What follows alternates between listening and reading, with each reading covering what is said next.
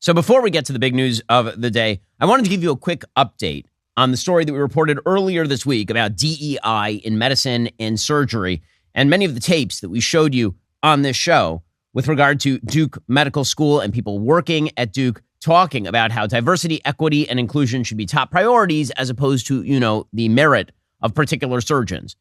Well, Duke still has not responded to any of this. We're still awaiting comment from the Duke Medical School dean. We do know that some of the tapes were then removed, that some of the tapes that were up and had been put up presumably by an associated student group, that those tapes were taken down, but we have not heard anything after many requests for comment from the leadership of Duke. Members of Congress are calling for an investigation into everything that's happening at these medical schools, what's happening with regard to surgery. And we know this is just the tip of the iceberg, by the way. The prevalence of diversity, equity, and inclusion in every aspect of American life, including the most critical aspects where the only thing you care about is, the competence of the person as opposed to their life experiences or the color of their skin. We know that we've uncovered just the tip of the iceberg. So we now have a tip line. If you have something we should look into, please send it our way ASAP. Put my name in the subject line. It'll get to my team immediately. tips.dailywire.com. We'll get our investigative team on that immediately. tips.dailywire.com. Okay, now on to the big news of the day. So the big news of the day is that Mitch McConnell has announced that in the fall, he is going to step down from his position as GOP leader. That will be presumably before the election. McConnell announced his decision in the well of the Senate, and here's what he had to say. To serve Kentucky in the Senate has been the honor of my life. To lead my Republican colleagues has been the highest privilege.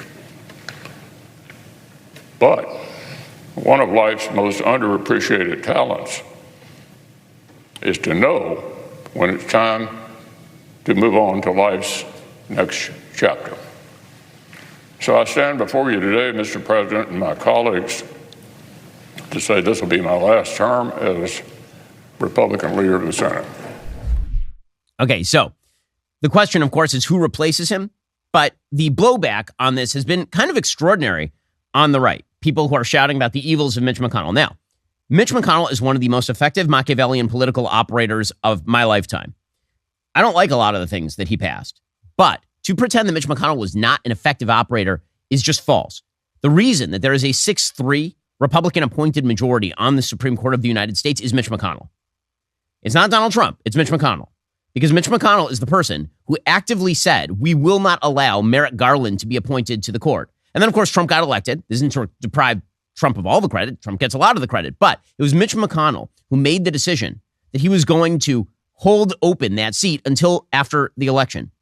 And it was Mitch McConnell who made the decision that he was going to hold Democrats' feet to the fire to their own rules. It was Democrats who in 2013 decided that they were going to use the nuclear option to ram through Barack Obama's judicial nominees. And it was Mitch McConnell warning them in 2013, if you do this, it'll come right back around and it'll hit you. He was right. Here's a younger Mitch McConnell, 2013.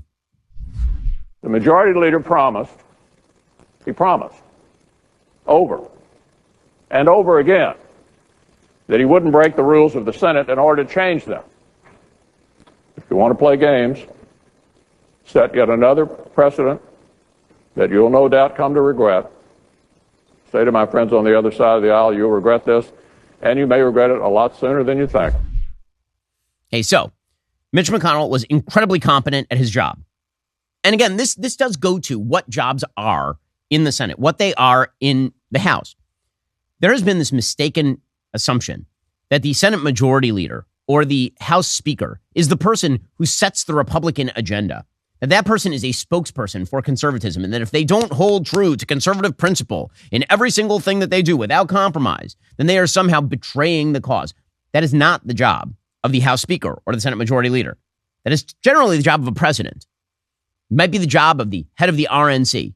But the point of the House Majority Leader or the House Speaker or the Senate Majority Leader, anybody who's in a position to actually count votes, they actually have several jobs. So Mitch McConnell's job that he was very competent at was actually trying to pick people running for the Senate because he controlled how monies were dispersed to various senatorial candidates. And Mitch McConnell, it turns out, was much better at it than Donald Trump was. I mean, just as a point of fact, Mitch McConnell led Republicans to a very, very sizable Senate majority And over the last couple of election cycles, selection of primary candidates that went against what Mitch McConnell was recommending did not end well for Republicans. That was job one of the Senate Majority Leader. Job two of the Senate Majority Leader is to raise a lot of money, which Mitch McConnell did.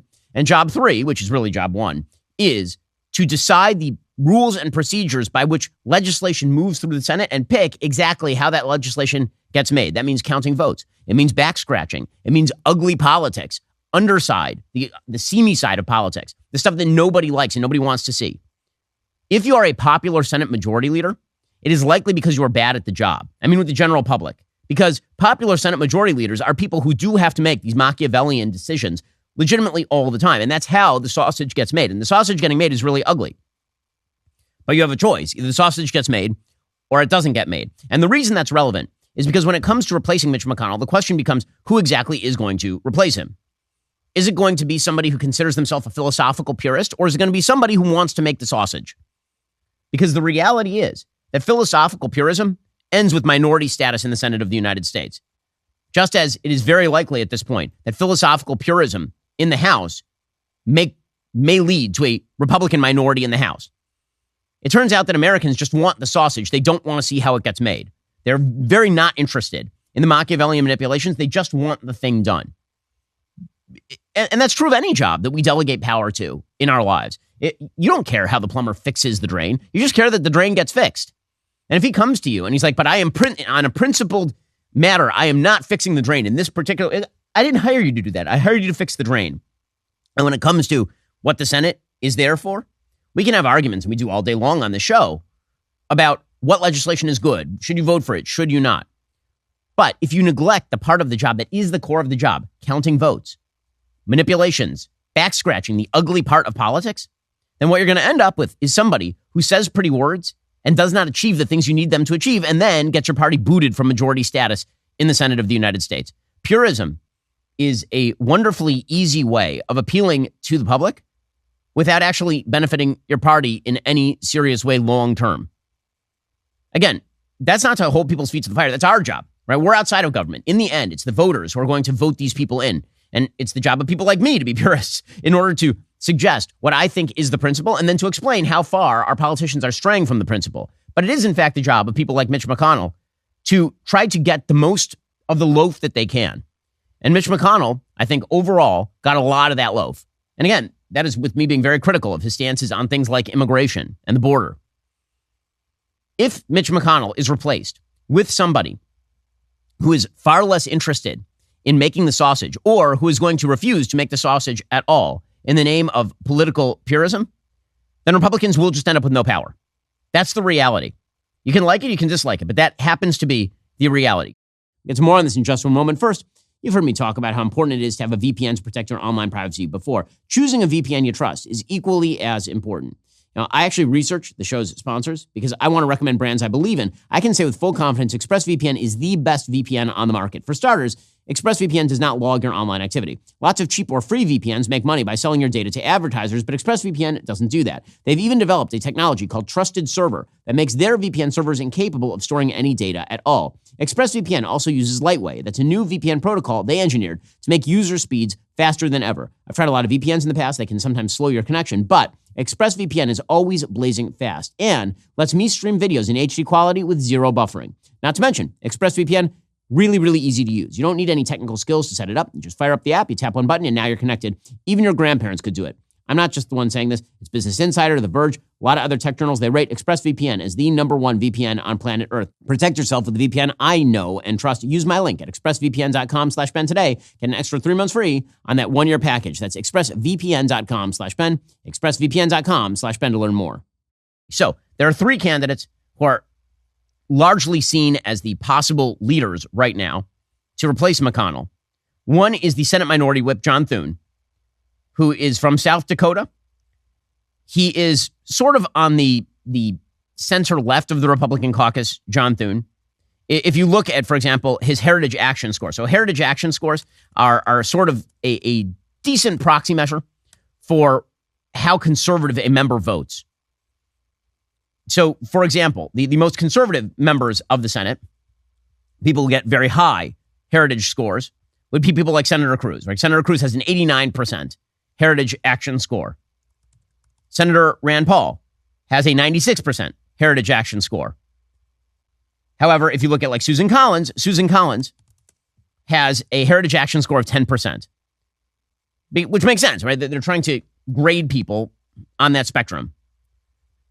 So Mitch McConnell, for what it is worth, had a Heritage Action score about 43%. It's about kind of like halfway in the middle of the Republican caucus. And the reality is, that's not like the worst place for the Senate Majority Leader to be, because you do have to unify your caucus.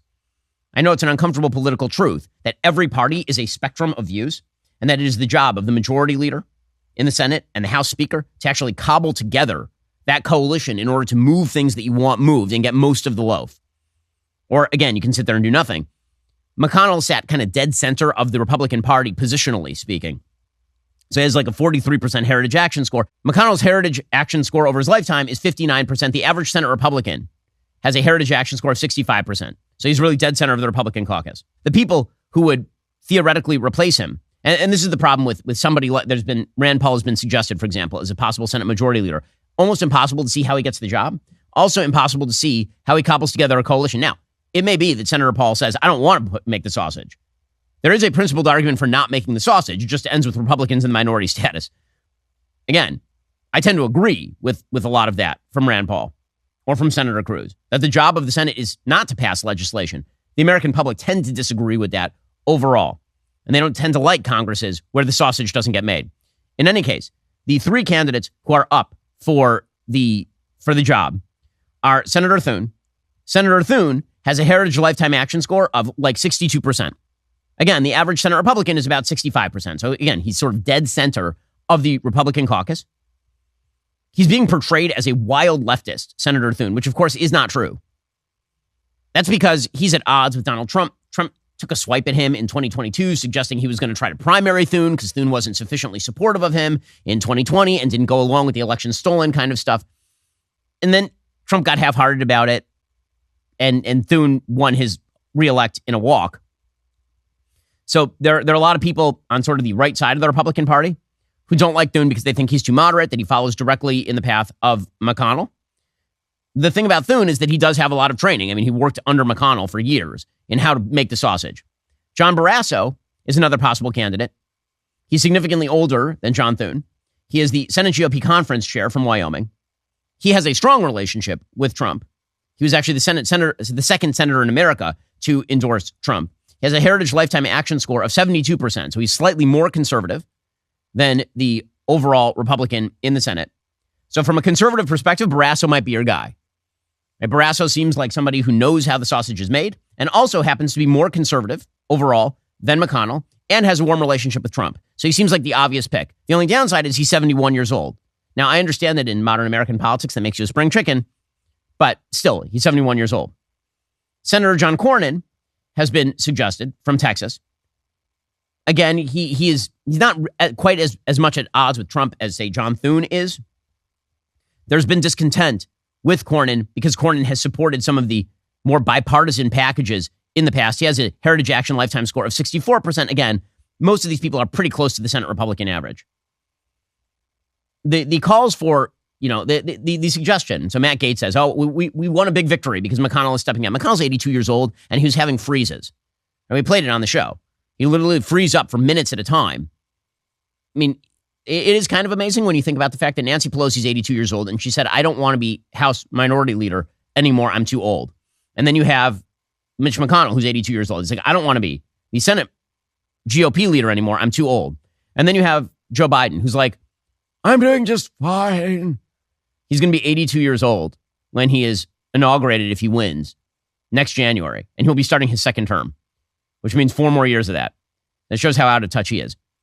Is this likely to be a transformative moment for the Republican Party? Well, it depends on who is picked. The Republican Party does have a choice. They can pick somebody who is competent at the job of Senate Majority Leader and gets most of the loaf when Republicans have a majority and make smart decisions and does the job. And again, the job is not to be a person who just says things. It's to actually get things done, pick good Senate candidates. That means picking purple candidates in purple states, by the way, which again doesn't please the base all the time. Or you can pick somebody who's a purist, gets very little done, and you end up in the minority. Those are the choices before Republicans. It'll be interesting to see which way Republicans go. We'll get to more on this in just one moment. First, I've been talking about my Helix sleep mattress for years. I got to admit, Last night was a very rough night. We had to take the dog to the hospital. Dog is okay, but didn't get a lot of sleep. The sleep I did get is thanks to my Helix sleep mattress made just for me. If you haven't already checked out the Helix Elite Collection, you need to. Helix harnesses years of mattress expertise to offer a truly elevated sleep experience. The Helix Elite Collection includes 6 different mattress models, each tailored for specific sleep positions and firmness preferences. If you're nervous about buying a mattress online, you don't have to be. Helix has a sleep quiz that matches your body type and sleep preferences to the perfect mattress, because why would you buy a mattress made for somebody else? I took that Helix quiz. I was matched with a firm but breathable mattress. I love it. My wife loves it. We're big Helix fans here at the Shapiro house. Plus, Helix has a 10-year warranty. You get to try it out for 100 nights risk-free. They'll even pick it up for you if you don't love it, but I'm not sure that has ever happened. Helix is now offering 25% off all mattress orders plus 2 free pillows for my listeners. Head on over to helixsleep.com/Ben. Use code HelixPartner25. It's their best offer yet. It's not going to last long. That's helixsleep.com/Ben. Use code HelixPartner25. With Helix, better sleep starts right now. Okay, all of this is sort of fascinating with the backdrop of Trump. So one of the things that's been happening with regard to the Senate race to replace McConnell is that Trump has been invoked a lot. And what you see from people is like, oh, we're so glad we got rid of McConnell because now we can put somebody who's more Trumpy in place. And one of the big mysteries about Donald Trump is, what is more Trumpy? What does that even mean? This has been a question about Donald Trump since 2015. What does it mean to be more Trumpy? So I've always suggested that there are sort of 2 sides of Trump that we have to assess, and we have to assess them separately because they actually do not correlate. One is rhetorical Trump, and one is policy Trump. And what you see with regard to policy Trump is a bunch of people who try to craft a Trumpism around what is actually just a set of political impulses by Trump that are generally moderated by his staff. So what you saw is, for example, you'll see isolationists claim that Trump is an isolationist. He is not. There is not much to suggest in his actual policy record that he is an isolationist, for example. There are people who suggest that Donald Trump is super socially conservative. There's nothing in his policy record to suggest that Donald Trump is super socially conservative. And so when people say, oh, we got rid of McConnell, that cuck moderate, and now we're going to go more Trump, it's like, okay, but what are we talking about in terms of policy? Rhetorical Trump, the difference between McConnell and Trump is much more rhetorical than it is policy oriented. And this is true for Trump and literally everybody else. Trump's rhetoric is completely out of the box. He's a stand-up comedian who ran for the presidency and won. And he's great at it, right? I mean, he's hilarious. He's entertaining, right? All of those things are true.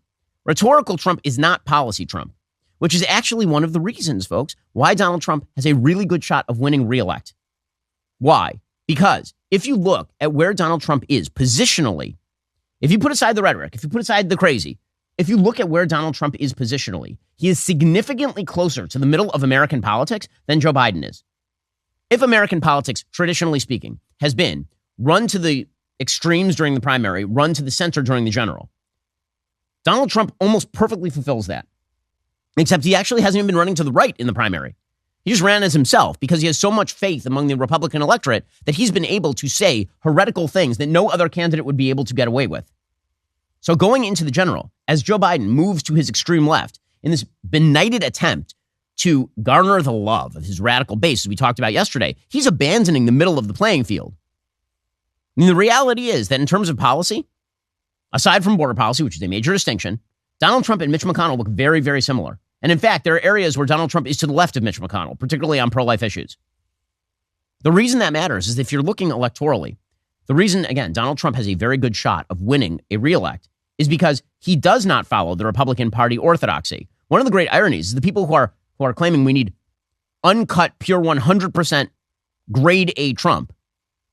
And what they mean by that is that we want to go like full pro-life, full SOCON, full isolationist. That's not actually what he does. What he actually is the moderate in this race. This is the dirty secret. The dirty secret is when it comes to independence, Donald Trump is much closer positionally to independence than Joe Biden is. And it's all affect. So much of this is affect. It's that Donald Trump is very militant in his affect. But in terms of where he is on the positions, that dude is a middle-of-the-road Republican. And when I say middle of the road, I would say that on policy, again, leaving aside the border where he is quite conservative, Donald Trump in many ways is closer to Susan Collins than he is to Rand Paul. And that is not a rip on him. That's just an observation about reality. It's one of the reasons, again, why I think that as a general elect candidate, he's appearing much stronger than I think people thought he would. Let's put it this way. If he had Ron DeSantis' position and his own disposition, if he mirrored Ron DeSantis on abortion, right? Pro-life all the way to birth, and from inception, if he mirrored that position and he had the affect, he would not be a viable general-elect candidate.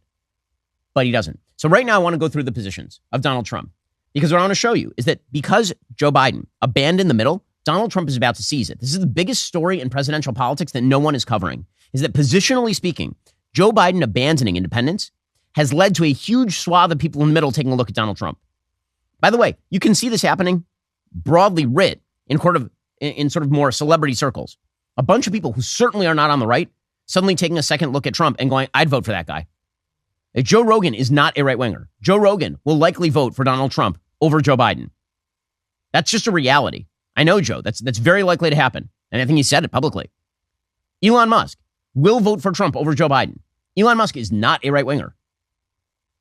I know Elon Musk, okay? This is true for a huge swath of people who consider themselves moderate left. Now, Elon once tweeted out this very famous meme of the political spectrum. And what it shows is that the person on it basically is an x-axis. And originally, the x-axis shows the person on the right here, and the person on the left here, and the person in the middle here. And then it shows the person on the left moving way the hell out here, which means that the person in the middle is now closer to the person on the right, relatively speaking. Okay, that's what's happened in American politics. Donald Trump's positions right now are almost identical with the positions of Bill Clinton in 1992. Donald Trump, ironically, looks more like a New Deal Democrat circa 1940 than Joe Biden does. Joe Biden looks like a wokester who goes to Columbia. It's amazing. We'll get to more on this in just 1 second. First, a child's life is molded by his or her home, school, friends, community. A positive experience in all these areas helps build a healthy child. Cars for Kids, that's Cars with a K, is a registered nonprofit organization aimed at giving children the tools to succeed in life. If you have a car that's just sitting in your driveway, taking up space, you should consider donating it to Cars for Kids. You know Cars for Kids, they've got that jingle, right? The 1-877 Cars for Kids, K-A-R-S. You know it. If you're tired of looking at that old car in your driveway or hearing your spouse complain about it, why not let Cars for Kids take care of it for you? Here's how it works. Visit their website at carsforkids.org/Ben. Let them take care of it from there. The whole process only takes 2 minutes. Cars for Kids will schedule a pickup at a time that's convenient for you. If you don't have a car, you can still help. Cars for Kids accepts non-cash donations of school supplies, clothing, sports equipment, and more. So what exactly are you waiting for? Call now or visit carsforkids.org/Ben to get the ball rolling today. That's Cars with a K, the number 4 at carsforkids.org/Ben. That's carsforkids.org/Ben. Okay, so let's go through some of these numbers. So I took a look at the latest Harvard-Harris poll, which examined what were the biggest issues that Americans think are facing them. The number one issue is inflation. Joe Biden is underwater by 18 points on inflation. He has 37% approval and 55% disapproval. And there is a reason for that. That is because Joe Biden's position on inflation has been, I'm going to spend more money and more money and more money. And don't worry about the inflation, it's fine. And Donald Trump's position has been, you shouldn't spend that much money. It's bad to spend that much money. And you shouldn't inflate the currency. So, for example, here was Joe Biden. This is early on in his administration. This is July of 2021. Saying that inflation is transitory. We also know that as our economy has come roaring back, we've seen some price increases. Some folks have raised worries that this could be a sign of persistent inflation. But that's not our view. Our experts believe, and the data shows, that most of the price increases we've seen were expected and are expected to be temporary. Reality is you can't flip the global economic light back on and not expect this to happen. Yep. That was Joe Biden's perspective on inflation. Does that sound close to the middle to you? Or does Donald Trump sound closer to the middle? This is from December of last year. Under my leadership, inflation was non-existent. We had gasoline at $1.87 a gallon. After 3 years of Bidenomics, they call it Bidenomics from hell, the average monthly mortgage payment has gone from $1,746 under my administration to $3,322 today, but you can't get the money, so it doesn't matter. Doesn't matter. Okay, again, what he's saying here is quite moderate. It's particularly moderate because he says, I won't create mass inflation. Also, I'm not going to cut your entitlements. Right? Trump has taken the moderate position on entitlements. So who's closer to the middle there? Joe Biden or Donald Trump? Take immigration. Joe Biden is currently 23 points underwater on immigration, 34% approval, 57% disapproval. And 12% of Americans say this is their top issue, by the way, making it the third biggest issue after the economy and inflation, right? Those are kind of the same issue. So here is Alejandro Mayorkas, February 11th, saying that the Biden administration bears no responsibility for the border and it's all Republicans' fault. Does this seem like a moderate position to you? Or does it seem like a very left-wing position to you? No doubt there is gridlock on Congress, but do you bear responsibility for what is happening at the border, what the president himself has called a crisis? It certainly is a crisis, and we don't bear responsibility for a broken system, and we're doing a tremendous amount within that broken system. But fundamentally, Congress is the only one who can fix it. Okay, no one believes that. No one believes that. That is a very left-wing position. And by the way, the left-wing position on immigration is being articulated all the time. Obviously, when it comes to presidential politics, what happens with other politicians impacts how people think of the presidential candidate. And you can have a random Senate candidate in Missouri affect the presidential election depending on what he says. Yesterday, the mayor of Athens, Georgia, was asked about the murder of a young woman at the University of Georgia campus in Athens. And instead of blaming the open border because an illegal immigrant killed this woman, the mayor of Athens tried to blame Trump. This is not going to hunt. While 2019 was not that long ago, you might remember the dynamic we were living in the late teens in this country, where you had the President of the United States speaking in the most vile terms about people who were foreign born. And you had that notion metastasizing in places like Charlottesville. Okay, that's insane. So it's Charlottesville was responsible for an illegal immigrant killing an American woman? No. But people broadly perceive this to be the position of the Democratic Party. Does that seem more moderate? Or does Trump seem more moderate this January of this year talking about the open border? And victory cannot come soon enough. Under crooked Joe Biden, our country is dying. Our country is dying. Our border is open and gushing. It's a big gushing wound, letting drugs, crime, and millions upon millions of illegal aliens pour into our country like we've never seen before. Nothing like this has ever happened to our country before. Leftists perceive this as extreme rhetoric because, again, of Trump's affect. He is much closer to the median position on immigration than Joe Biden is. Or say jobs in the economy. We'll get to more on this in just a moment. First, we're experiencing a lot of global instability as we plunge into primary season. How are you protecting your family in the middle of all of this chaos? The fact is, there's one asset that has withstood famine, war, political, and economic upheaval dating back to ancient times. That, of course, is gold. It's not too late to diversify an old IRA or 401k into gold, and Birch Gold Group can help you with that. Birch Gold can help you create a well-thought-out and balanced investment strategy. They'll help you convert an existing IRA or 401k into an IRA in gold without paying a penny out of pocket. Diversify into gold today. Just text BEN to 989898 for a free info kit. With an A-plus rating with the Better Business Bureau, countless 5-star reviews, thousands of happy customers, I encourage you to check out Birch Gold today. Text BEN to 989898. Claim your free info kit. Protect your savings with gold the way that I did. Diversification is always a smart business strategy, particularly in really tenuous times. This is a tenuous time. You should check out my friends over at Birch Gold. Text BEN to 989898. Get in touch with them today. Ask all your questions. Text BEN to 989898 to get started with Birch Gold. So Joe Biden's approval on jobs in the economy is 5 points underwater, 43% approve, 48% disapprove. As of October 2023, Gallup did a poll. They found 54% of Americans believe the government is trying to do too many things that should be left to individuals and businesses. Just 43% believe the government should do more to solve our country's problems, which means Donald Trump is closer to the median voter than Joe Biden is. We're going to play two clips here. One is of Joe Biden touting Bidenomics, and one is of Donald Trump talking about Bidenomics. Which one sounds closer to the median here? So I came into office determined to change the economic direction of this country, to move from trickle-down economics to what everyone on Wall Street Journal and Financial Times began to call Bidenomics. I didn't come up with the name. I really didn't. I now claim it, but they're the ones that used it first. But I think it's a plan that I'm happy to call Bidenomics. And guess what? Bidenomics is working. Bidenomics is about the future. Bidenomics is just another way of saying restore the American dream, because it worked before. It's rooted in what we've always worked best at in this country, investing in America, investing in Americans. Because when we invest in our people, we strengthen the middle class. We see the economy grow. That benefits all Americans. That's the American dream. Okay. Here is Donald Trump ripping into Bidenomics. Again, which one sounds more like the median voter here?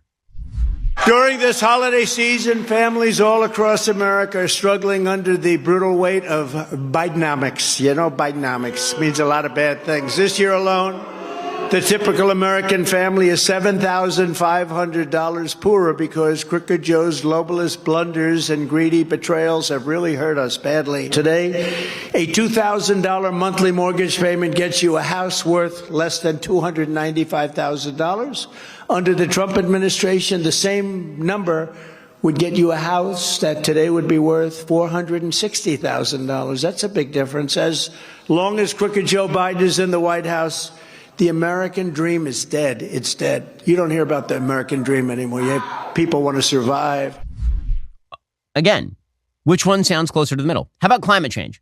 So according to Pew Research, from August 2023, only 31% of Americans are interested in phasing out fossil fuels. That is the stated position of the Biden administration. They took a 31% position. Every single issue, Joe Biden and his team have decided to take the 30% position, which is insane. That is insane politics. Here, December 2023, John Kerry, climate on for John Kerry, saying that we have to phase out fossil fuels. Good luck with that, dude. Now, remember what I just said. The science says we have to reduce the emissions. It doesn't prescribe some particular discipline that has to be done. It says reduce the emissions.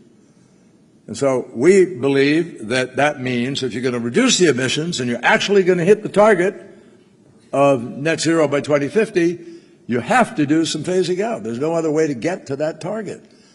So we are said very clearly that you got to have largely a phase out of fossil fuels in our energy systems by 2050, focusing carbon capture technologies on the hardest to abate sectors like steel and cement and aluminum and concrete and so forth. Now, it's going to be a mix, folks, of things that get us to success here. 31% of Americans agree with John Kerry and want to phase out fossil fuels. Meanwhile, Donald Trump, January 22 and 4, he's like, you know what? We're going to drill. You know what Americans like? Cheap gas, it turns out. So we're going to come together. We're going to drill, baby, drill right away. Yeah. Drill, baby, drill. Okay, again, that is the moderate position. How about national security? Joe Biden 6 points underwater, 42 to 48. Now, the left will suggest the reason that Joe Biden is underwater is because he's not left-wing enough. That is actually not true. The reason that Joe Biden is underwater is because he has a vague concept of how foreign policy ought to work. He speaks in platitudes with no actual endpoints, and then he commits American resources to those platitudes. So, for example, you remember October 2023, Joe Biden made a speech about, it was supposed to be about Israel, which had just been hit with the worst terror attack in its existence. And instead, he decided to link that together with Ukraine and then talk about democracy more broadly being at war. When you start to talk platitudes in foreign policy, you get yourself into trouble real fast. It turns out the American people, they're not real fond of the platitudes. You know what they like? They like winning, and they like not being bothered. That's what Americans mostly like. They like when our allies win and when they are not bothered. These are the things that Americans like. Joe Biden doesn't understand that, so he bothers them and doesn't win. You know, the assault on Israel echoes nearly 20 months of war, tragedy, and brutality inflicted on the people of Ukraine, people that were very badly hurt since Putin launched his all-out invasion. We've not forgotten the mass graves, the bodies found bearing signs of torture, rape used as a weapon by the Russians, and thousands of Ukrainian children forcibly taken into Russia, stolen from their parents. It's sick. Hamas and Putin represent different threats, but they share this in common. They both want to completely annihilate a neighboring democracy, completely annihilate it. Meanwhile, here's Donald Trump ripping on Joe Biden's foreign policy and saying, like, none of this would happen if you actually had a clear and coherent foreign policy, which is don't screw with America or our allies, or we'll bust you in the mouth, and then we'll win, and then we'll be left alone. Here is Donald Trump. Again, this is much more akin to how most Americans feel about foreign policy. October 2023. Making America great again will begin with making America strong again and making America safe again. Under my leadership, the world was peaceful and calm because America was respected. The president was respected. I dealt with the strongest people in the world. They were smart. They were streetwise. They respected me. I respected them. They had different viewpoints. That's certainly true. But they were afraid of America. Today, they laugh at our country. They laugh. With crooked Joe Biden, you have chaos, bloodshed, war, terror, and death. Look what's happening today. Because the occupant of the White House is a laughingstock. All over the world, America's enemies cannot believe how lucky they got. They got real lucky. Every monster, villain, dictator, and terrorist, and there are plenty of them. I know most of them. I got to know a lot of them. All over the planet, they're having a field day because they know they will never have it better than they do with Crooked Joe, who in many cases receive money from those countries. I wonder what that's all about. He's not wrong. He's not wrong. That's how most Americans think about foreign policy. American foreign policy is a weird mix of Wilsonian idealism and sort of classical Teddy Roosevelt speak softly and carry a big stick, realpolitik. And Americans tend to like the latter more than the former in this area, and they should. Okay, in a second, I want to get to more of the fact. It's just a fact that in this race, Donald Trump is the moderate and Joe Biden is the extremist. We'll get to that momentarily. First, forget getting an extra day. The Daily Wire is celebrating Leap Day with an extra year of Daily Wire Plus. Today only. When you buy a Daily Wire Plus annual membership, you get an additional year for free. That's an additional year of ad-free, uncensored shows from the hosts you love and news that matters to you. A free year of unlimited access to our library of Daily Wire Plus hit movies like Lady Ballers and Run, Hide, Fight, along with groundbreaking documentaries like What is a Woman? Plus, you'll be the first in line to see every new release from Daily Wire Plus, like Mr. Bertram and the Pendragon Cycle. 2 years for the price of one during our Leap Day sale. Today only. Go to dailywire.com/subscribe. Become a member right now. Okay, meanwhile, when it comes to every issue, and we're going through all of them, Joe Biden is on the left. Donald Trump is in the center. He's not on the right. That is because the left went crazy.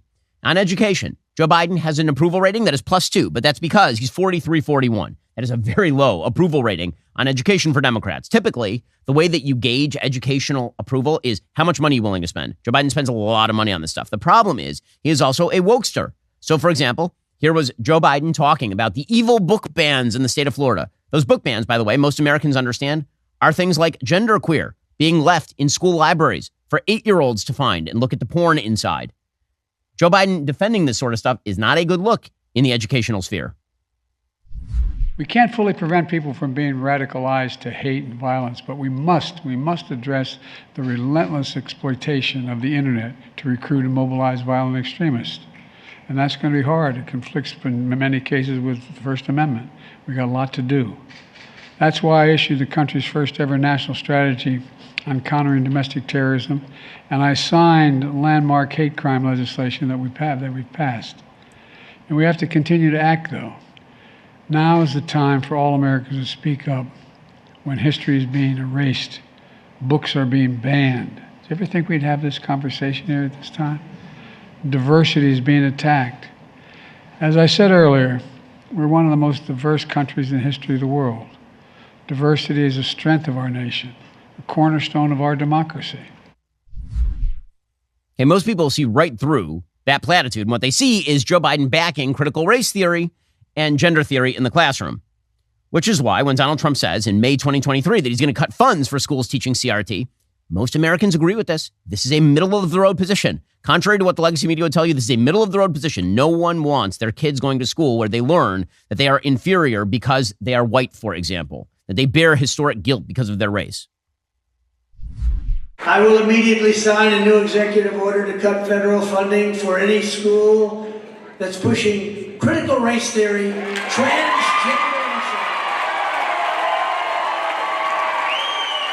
and any other inappropriate racial, sexual, or political content on our children, their children. Okay, meanwhile, by the way, on crime, again, this is a major issue for most Americans. Joe Biden has an approval rating of 37%, 50% disapprove. Why? Because Joe Biden's perspective on crime has been deeply embedded in this critical race theory equity nonsense. The idea being that if a disproportionate number of black people end up in prison for crime, that is not because a disproportionate number of black people are committing crimes, it's because the system is systemically racist, which means you have to crack down on police departments for their supposedly systemic racism. Here was Joe Biden, right off the bat, January 2021, signing an order on racial equity to fight systemic racism. And the simple truth is, our soul will be troubled as long as systemic racism is allowed to persist. We can't eliminate it. It's not going to be overnight. We can't eliminate everything, but it's corrosive, it's destructive, and it's costly. It cost every American, not just who felt the sting of racial injustice. We are not just a nation of morally deprived because of systemic racism. We're also less prosperous. We're less successful. We're less secure. So we must change. And I know it's going to take time, but I know we can do it. And I firmly believe the nation is ready to change. But government has to change as well. We need to make equity and justice part of what we do every day. Today, tomorrow, and every day. Okay, if that's, this nonsense that he's speaking right here comes up directly against the fact that people want criminals in prison. Donald Trump, November 2023, saying, here's what we should do. We should execute drug dealers. Now, the legacy media are like, oh my God, that's terrible. How could he say such a thing? You know what most Americans are totally fine with? Executing drug dealers. You know why? Because 100,000 people a year in this country are dying of fentanyl overdoses. And a lot of that is because the fentanyl is poison. We're making an episode of Divided States of Biden on this right now. The fact of the matter is that many of the people who are dying of fentanyl overdoses are not buying fentanyl and then injecting it into themselves. They are buying other drugs like Adderall pills that are laced with fentanyl. When Trump says give dealers the death penalty, I'm on board. Here was Trump, November 2023. When I call these people smart, the press always says, he said he was smart. I'm supposed to say they're not intelligent people. President Xi in China controls 1.4 billion people with an iron hand, no drug problems. You know why they have no drug problems? Death penalty for the drug dealers. Death penalty, right? You want to solve your drug problem? You have to institute a meaningful death penalty for drug dealers.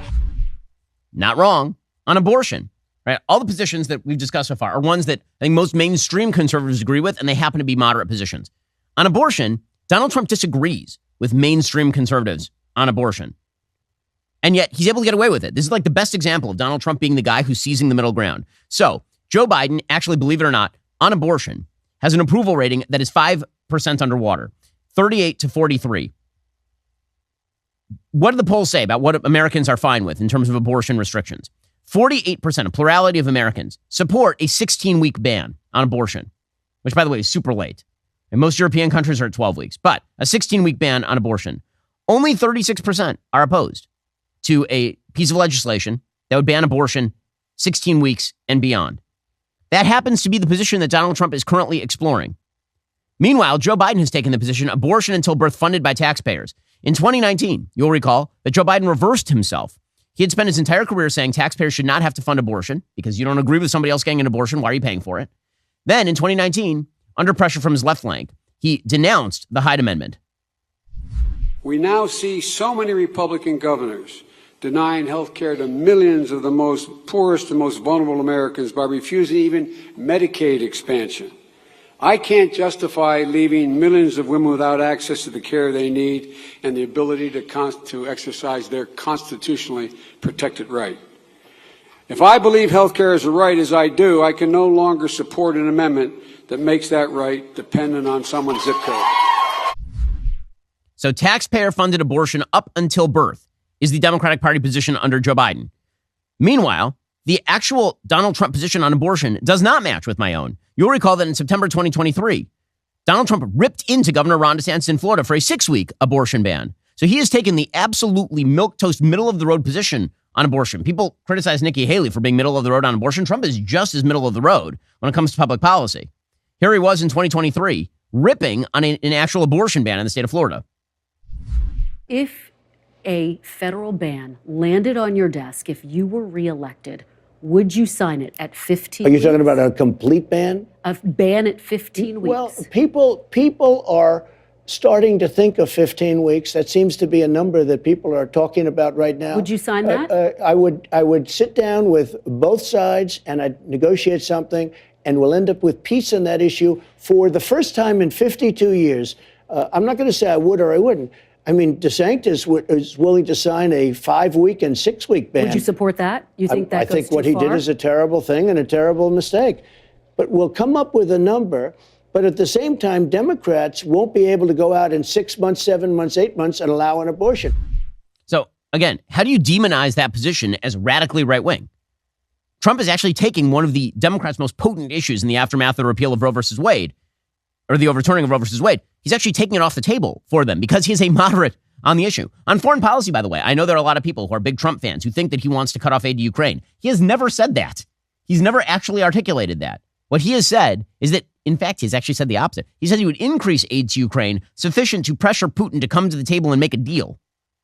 The difference between him and Biden is that he wants Putin to make a deal, whereas Biden has provided no off-ramp in Ukraine. And again, that is the middle of the road position. According to polling data from Harvard-Harris, 25% of Americans favor increasing military aid to Ukraine. 28% favor decreasing military aid. 29% favor maintaining military aid. So the real question is whether you consider more military aid to Ukraine maintaining military aid or increasing military aid. But 53% of Americans are favorable on NATO as opposed to 22% unfavorable. Now, again, many of the people who are trying to craft a sort of isolationist to Trumpism are ignoring his actual positions that he's taken on these issues. When Donald Trump says that he wants members of NATO to pay their fair share, he is not calling for the dissolution of NATO. In many ways, he's calling for NATO to be strengthened. I know that everybody's attempting to misread his joke about, I'm going to invite everybody to invade NATO countries if they don't pay. That's a pressure tactic, folks. He doesn't actually mean that he is going to tell Russia to go invade Moldova. Okay, when Joe Biden says, again, vague words about Ukraine, people don't believe him. Here was Joe Biden in June 2023 saying, we'll stay as long as it takes. Most Americans are not into we'll stay as long as it takes because it doesn't mean anything, and we know that they're lying.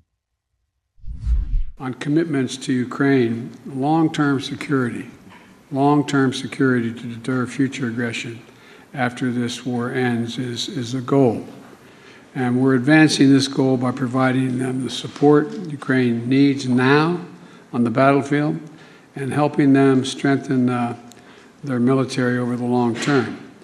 The fact of the matter is that I believe we'll have the funding necessary to support Ukraine as long as it takes. And I believe that that support will be real, even though you hear some voices today on Capitol Hill about whether or not we should continue to support Ukraine and for how long we should support them. The fact of the matter is, I asked people to picture what would happen if we were not supporting Ukraine. Do we think Russia would stop in Kyiv? Do you think that's all there would be happening? I think not, and I think the vast majority of my colleagues, even the critics, think that would not be the case as well. Okay, Trump's take is that this is platitudes and empty words and unclear policy. Here was Trump. This is like last week, folks. This is not 2 years ago. Here is Donald Trump last week talking about Ukraine and sounding fairly conservative on Ukraine. So Putin is not a fan of mine, actually. You remember when they used to say, oh, Trump, they had a body language person on CNN Fake News, and they had me and Putin together, and they said to the expert, well, who's the dominant force? And the expert said, as you know, I've analyzed it, I've spent a lot of time doing it, and I don't think you're going to like the answer, but President Trump is the dominant force. Said that. I don't know if it's true. Remember, we both walked on, but I got along good with him. But he doesn't want to have me. He wants to have Biden because he's going to be given everything he wants, including Ukraine. That's a gift. He's got a gift. He's going to have his dream of getting Ukraine because of Biden. The whole thing is just crazy. Biden has given him the only president in the last 5 that hasn't given Russia anything is a president known as Donald J. Trump. You know that. I don't have to go over the list. But Biden is going to give him Ukraine. The way it's looking to me, it's terrible. Okay, that is Trump outflanking Biden from the right on Ukraine. That's him being more hawkish than Biden on Ukraine. When it comes to Israel, same sort of deal. So Joe Biden right now is taking the minority position on Israel and Hamas. the vast majority of Americans, like 82% of Americans, support Israel over Hamas. And in fact, according to the latest Harvard-Harris poll, 67% of Americans believe that there should only be a ceasefire between Israel and Hamas after the release of the hostages and Hamas is removed from power. Biden is taking the position there should be an unconditional ceasefire, or at least that's what he is pushing right now. And Biden is critiquing Israel. That is not the mainstream, moderate, middle-of-the-road position in the United States. It is not. Thank God. This is a good country. Okay, here is Joe Biden saying this weekend that Israel is risking its own legitimacy. This is not the middle-of-the-road. Americans do not agree with this.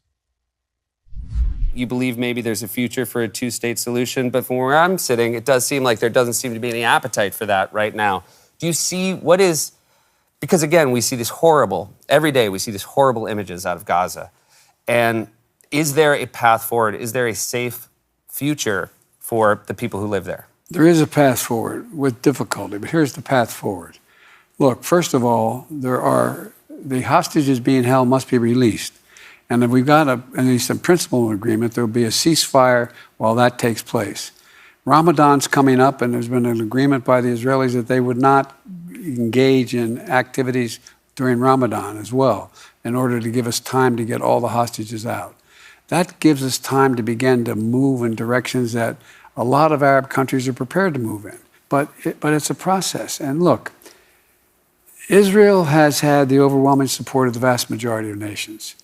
If it keeps this up without this incredibly conservative government they have, and Ben Gvir and others, I've known every major foreign policy leader in Israel since Golda Meir, they're going to lose support from around the world. And that is not an Israel's he's wrong interest. on the merits, but this also happens to be a wild left-wing Dearborn, Michigan position.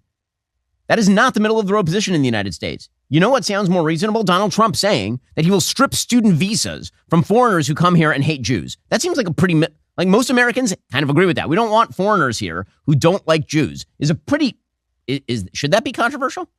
I'd be shocked if it is. Here is Donald Trump. Under the Trump administration, we will revoke the student visas of radical anti-American and anti-Semitic foreigners at our colleges and universities, and we will send them straight back home. They go back home. Enjoy your life. That is the middle of the road position. Okay, all of this is to say that the only argument that the Biden administration, the Biden campaign have left is that Donald Trump is a bad orange man. That's it. They don't have any positional strengths. They don't. Even on the traditional Democratic strengths, like abortion, which has benefited them since the overturning of Roe versus Wade, Donald Trump has taken the bat out of their hands because he is middle of the road on that issue. Every other issue, the Democrats have moved so far to the left that Donald Trump owns the middle of the playing field, which means that Donald Trump's strategy at this point should just be to say that over and over and over. If he focuses in on his positions and Joe Biden's failures, he is going to be the president. Ironically, not because Trumpism is some wild, extreme MAGA force, but because Donald Trump himself, politically, positionally, is a middle to left Republican. That's the reality. He wants to maintain entitlements. He wants a 16-week abortion ban. He is somewhat interventionist on foreign policy. Like, all of these positions are the mainstream American positions, which means that positionally, Joe Biden has boxed himself right out. And there's another problem for Joe Biden, too. The other problem for Joe Biden is that people perceive Joe Biden as corrupt. That same Harvard-Harris CAPS poll shows 50% of Americans thinks Joe Biden benefited from Hunter Biden's gallivantings around the world to pick up sacks of cash. Alrighty, guys, the rest of the show continues right now. We will be joined on the line by Gabe Kaminsky of the Washington Examiner. He's uncovered a kind of shocking story about foreign aid in the United States and where it is going. If you're not a member, become a member. Use code Shapiro at checkout for 2 months free on all annual plans. Click that link in the description and join us.